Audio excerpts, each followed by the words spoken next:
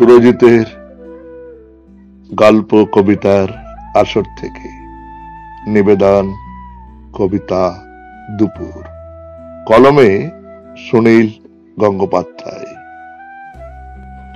রৌদ্রে এসে দাঁড়িয়েছে রোদের প্রতিমা, এ যেন আলোরই শস্য, দুপুরের অস্থির কুহক। অলিন্দে দাঁড়ানো মূর্তি ঢেকে দিল দুচক্ষুর সীমা। পথ চলতে থমকে গেল অপতিভ অসংখ্য যুবক। ভিজে চুল খুলেছে সে সুকুমা, উদাস আঙুলে স্তরের বৃন্তের কাছে উদ্বেলিত গ্রীষ্মের বাতাস। কি যেন দেখলো যে আকাশের দিকে চোখ চেয়ে।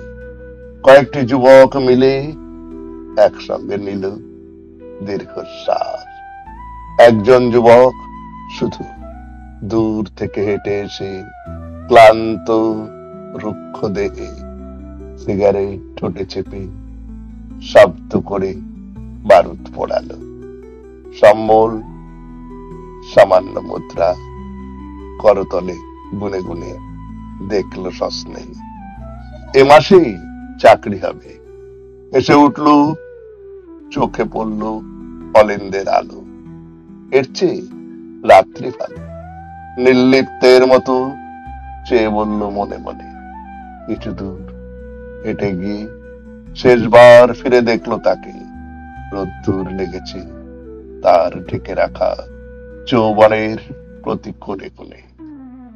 এ যেন নদীর মতো নতুন দৃশ্যের শোভা প্রতি বাঁকে বাঁকে। এর চেয়ে রাত্রি ভালো, যুবকটি মনে মনে বলল বারবার। রোদ্দুর মহৎ করে মন, আমি চাই শুধু ক্লান্ত অন্ধকার। নমস্কার, শুনলেন কবিতা দুপুর, কলমে সুনীল গঙ্গোপাধ্যায়, উচ্চারণে আমি সুরজিৎ দাস, সম্পাদনায় আমি সুরজিৎ দাস।